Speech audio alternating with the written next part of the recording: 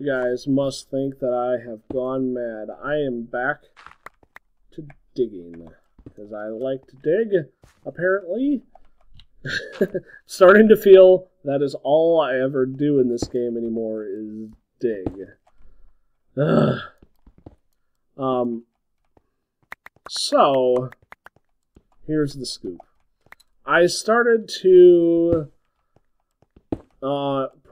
create the inside walls of my castle, and then I realized, oh yeah, I was actually needing to detail out the outside walls. And by detail, I just mean dig out the correct shape that I needed, because I was just digging out the inside hexagon. Not the outside hexagon, the inside. This is the inside hallway, not the outside walls. So, there's a lot of digging I still have to do. Luckily, it won't be quite as much. You'll see this is where I am. I'm on the west side. As previously mentioned, if I could talk. As previously mentioned, I still have to dig this out over here. Hey, look, there's Arcus. But this is just the entryway right here. And you'll notice this brown splotch right there. That's actually where the entryway is. It hasn't totally evened up over here. This looks like I have to go one more, but if you notice this block, that's kind of cool that it highlights. I'm pretty far off, actually. I need to... Yeah, I need to build differently. I'll have to remember that later. That's kind of nice. It does create a nice little guide for me. Anyway, let's get down here. Whee! Alright, so here is my entryway area, as denoted by the wood. It's a 15 wide entrance area right here. It goes, I think, 10 blocks in, and then it opens up a little bit more. And then it goes in further this way, and then there's doorways. This is the actual size of the entry room, well, half of it. It's going to go out the same amount the other way. Pretty big entrance area, if you can't tell. So this, if you come over here, and I'm a little off on placement, this needs to be here. One off. It's not too bad. The unfortunate part, anyway, this is that wall. So all of this needs to move this away 14 blocks. And that's what I'm digging out currently. Really, it's not going to be a lot of digging. The digging part is going to be this section right here up until that wall. And then this entryway. And I'm starting with the entryway. So it's not going to be too bad. Most of it's right. I just am going to have to add in little bits more. So this is going to be a secondary side room. It's going to be a triangular shape. It is going to create some problems because doors do not go diagonally, and this one is going to need to be. I'm probably just going to leave it open and then use doors on the straight areas like this. Unfortunately, this is part of the problem with dealing with octagons, is I'm going to deal a lot with diagonals with this plan, which for the most part I'm going to be able to deal with. But for doors, there's just no way around it. I'm not going to be able to put in the door. In the front, there is going to be this 15 block wide door. It's actually probably going to be 13 or 12 block wide. I do have a mod called Tall Doors. It'll let me make bigger doors than normal. I don't think they're going to get to be this big, but that will help. Maybe I do like 4 larger doors rather than one ginormous door. I don't know how it's going to work. I haven't really started messing with tall doors yet. We'll see what we can do. All right, so I do have some more work that we have done with all my machines. And we'll go back over there. have I added anything in recently? I have added one particular mod. If you notice up, I apparently turned F3 on, didn't even realize that, but if you noticed, I have 100 mods exactly now, and that, I think I was at 99 previously, and that one extra one is Thermal Dynamics, which gives me all the ducts, the item ducts, the fluid ducts, the flux ducts, that allow me to transport items, fluids, and energy from place to place in a much more attractive way than Ender.io did, and I'm very happy they did change, and I'll talk about that in a little bit. I think Thermal Foundation in their most recent patch did also fix how caches worked with hoppers, because I noticed I didn't have to left click in order for the hopper to fill up anymore. Obviously this is no longer in operation for now. I stopped using it. It's not plugged in, so it has no electricity right now. I do need to get that started back up because it does take time in order to build all my stone. So I think we have enough time. Let's go over to Machinery Row. We have it all powered by switch. Actually, we're out of magma, so let's go ahead and get some netherrack so that we can refuel the magma. Netherrack. And actually, I'm going to empty out my supplies while we're over here. Go down this row like so. Boy, I added some stuff over there that I really didn't need to. Anyway, so Magma Crucible takes netherrack. We all know this. Creates lava. Lava goes in tank. Tank disperses into the various dynamos. Dynamos create energy, which power other things, including dynamo. This isn't... the only thing I need is the netherrack, and the crucible will create as much magma as I need to power everything. I created another redstone cell, so now we have 2 cells. Almost full. I believe that's 2 billion, could be 20 billion. I haven't actually counted the zeros. Sorry. And you'll see it's emptying right now because I'm pulling it out for the magma crucible. I do have everything connected to the switch, so that most of the time I am just going to... Most of the time I'm just going to run 2 dynamos at a time. Not all... I think I have 6 dynamos currently. I do have room for 2 more dynamos. Going back. Do have room for 2 more dynamos, which will bring me up to 8. Don't really need more than 2 running at any given time. Only time I need more is really when this magma crucible is running. So let's flip this on for a short while, and you'll see all my dynamos turn back on. I'll probably continue on, so at least one more new one would be activated by the flip. You'll see this is my fluid transposer. I use the fluid transposer to create that redstone energy cell back there, and we have some liquid redstone right here. If I ever need more, I can just like take this off and put it over here so that it runs into this. Really easy. Alright, so on to my main my main system that we got going here. Induction smelter. Put sand in here, put another ore here, and it turns each nether ore into 2 normal ores. If I get rich slag, I replace the sand, that'll give me 3 normal ores.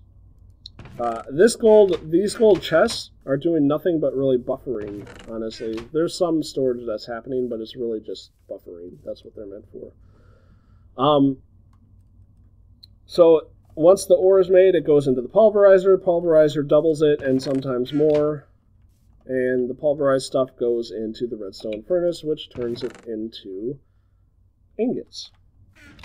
I am keeping sulfur, pulverized ferrous metal, and silver out of turning into ingots because those I generally use for combining it with other stuff in order to create other types of ingots like ferrous and iron turn into my brain stopped working for a moment. The ferrous and iron turn into invar, and I need a lot of invar. I'm out of ferrous, and that's creating problems. So, thermodynamics recently got launched about a week ago now, adding all the ducts in, and they've changed how servos work. Before, you got an import-export by default, and then you can use a wrench to change whether it's going in or coming out or whatever. And then if you put a servo in, you got additional options. Well, now, instead of that, by default, you don't have an import-export. I think the tubes will still work, bringing machine to machine, just because it automatically exports anyway.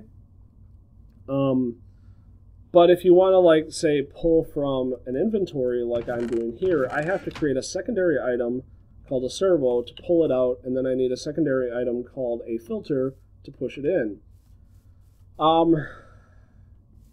Costs a little bit more material, probably worth it. You do get some added options. If you look here, there's some blacklist spots that you got, and I think it also has, it increases the speed at which you send stuff through and how many items can go through at once. I think it has a better internal buffer now, and it has some good metadata and whatnot to sort through. So I'm using reinforced, which is Electrum-based, to export, and then just basic to import. Because importing, I just don't need as much. I tried using basic to export the basic servos, but it wasn't working quite right. So I tried reinforce, and that seems to work well. As long as I turn off, if you look, there's now a redstone option, and I disable that, and it works. That works well. Okay. So that's my row. What I'm going to do next with my machinery row is over here somewhere. I'm going to build a row of caches where the ingots can go directly into the cache and get stored there for easier perusal. Oh shit. One of those things. Yeah, fuck you. I don't like those at all. Where the hell did he come from? Where the hell did he go? Is he above me? There's a creeper right there. I have a feeling he's above. Yep.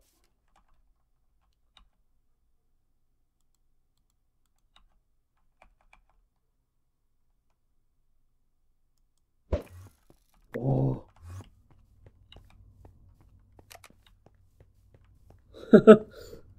He flew as soon as I shot him. Where is he? He's right below me now. Or above me. Yep, he's right down there.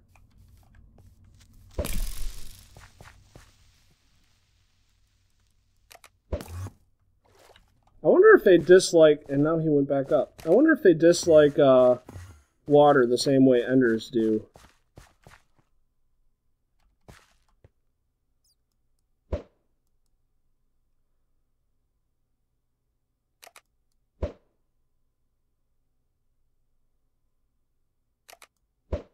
I don't seem to be hitting him. Let's try a little... Oh, shit. Oh, shit. These guys are tricky, little buggers.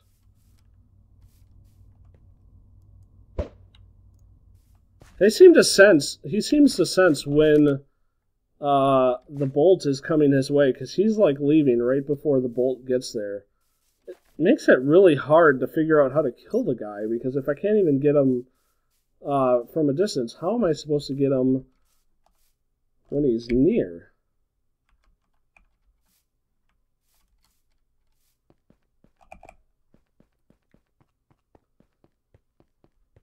I kind of want to get him, though, because I presume that he would come with ender pearls, and I really need some ender pearls. Pungeons. Where are all these people coming from? Are you in here, or are you in the cave underneath my lair? I don't see him in here. There's that level 3 creeper, so he must have gone underneath too. I don't like ender creepers.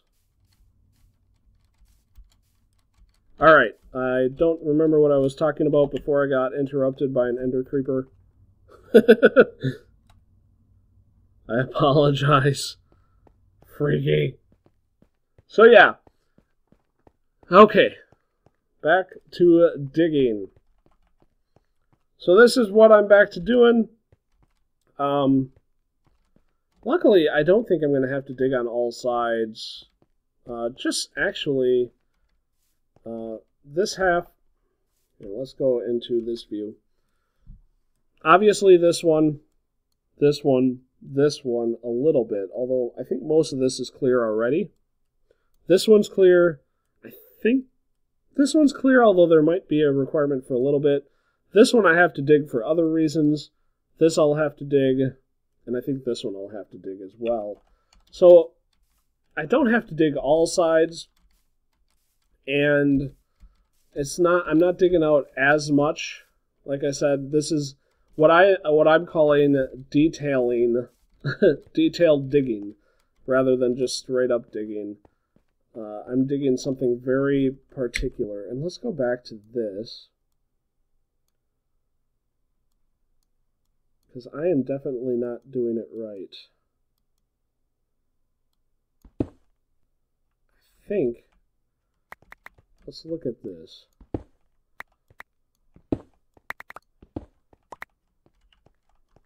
See how that looks. Is that right? Well, that doesn't look right either.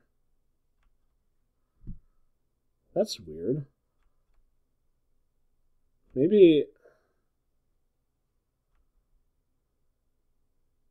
That's really strange. I'm going to try just digging out here for now and seeing if that's correct. I think that's right. I think that's what I want to do. I'm one off, I think, in every direction. So I just have to dig off one more in every direction and I'll be fine. Getting a lot more cyan clay, which I don't think I had gotten almost at all, if at all, previously. And snowballs. I like snowballs. I like that initially when I started this project. Oh no, I'm stuck. I'm stuck, guys. I built a cache specifically for snowballs because you can only get 16 in a stack, and it's amazing how fast chests fill up when you can only do 16 in a stack. So I built a cache, and as soon as I built that cache, I got almost no more snowballs. So now that cache is sitting like almost empty. So now I get to fill it up more, and I feel like it's being used more. That's nice. I like that. Let's do one more row. See if that works out correctly. Actually, starting up on the digging again, I really do feel it's a little nostalgic for how far I've come, honestly, because I think of, like, I went back to my mine just a short bit ago, just to kind of check that out, and I noticed stuff like I had food in the oven, because I remember for a long while I was struggling to maintain food. And I was just killing everything for a while to try to keep myself fed. And now, I mean, I don't even spend a lot of time farming, but I have a little bit of a potato farm, and because of that, I have like a crap ton of potatoes. And like I said, I spent almost no time on this potato farm. Let's take a look. I I don't know. So weird. Let's try digging out.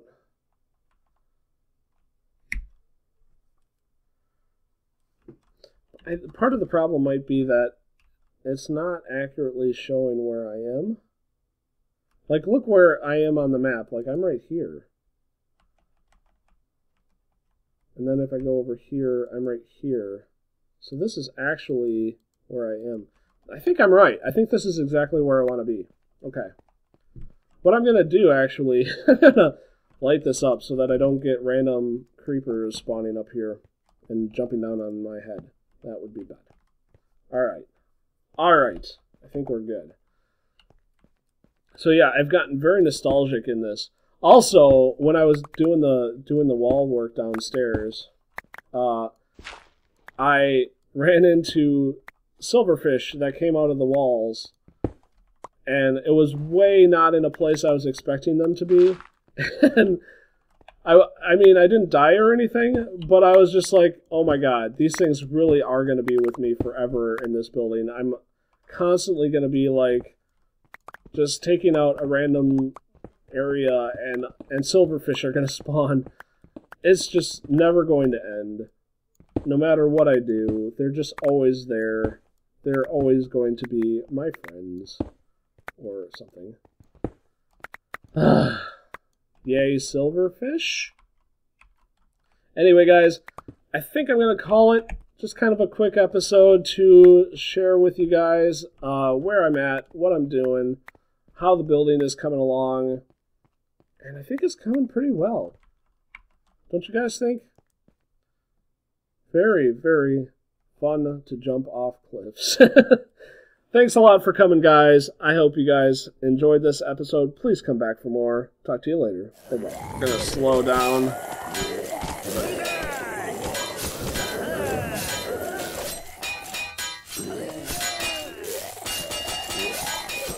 Man, these waves are getting more and more difficult. And for some reason, my guys are not able to deal with them anymore.